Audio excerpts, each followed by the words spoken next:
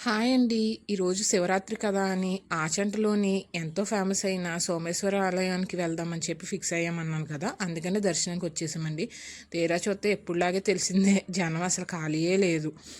అయినా కానీ కన్నయ్యతో first time వెళ్ళినప్పటికీ దర్శనం మాత్రం చాలా బాగా జరిగిందండి. దర్శనం అయిపోయాక తీర్థం చూద్దామని చెప్పి తీర్థం అంతా కూడా తిరిగాము. అక్కడికి నైట్ వెళ్తే ఇంకా బాగుంటుంది. కానీ అమ్మకి డ్యూటీ ఉండడంతో మార్నింగే వెళ్ళొచ్చేసామండి. ఈసారి నైట్ వెళ్ళలేదు. మా గీతు ముందే చెప్పింది, నేను దర్శనం అయ్యేంత వరకు ఊరుకుంటాను, అప్పటి వరకు ఏమీ అడగను, దర్శనం అవ్వగానే మాత్రం నాకు తీర్థంలో బొమ్మలు కొనిపెట్టాలి, నాకు ఏది నచ్చితే అది కొనమ్మా అని అడిగింది. సర్లే అని చెప్పి పిల్లల్ని తీసుకెళ్ళామంటే వాళ్ళు అడిగేవి అవి కాబట్టి సర్లే అని షాపింగ్ మొదలెట్టాం.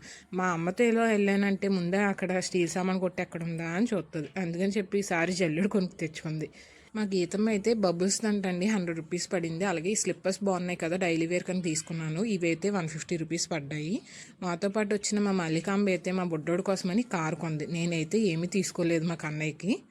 అది కూడా గీతమ్మ నేనే చూపిస్తాను ఈ వీడియోలో ఉందని దాన్నే చూపించమన్నానండి.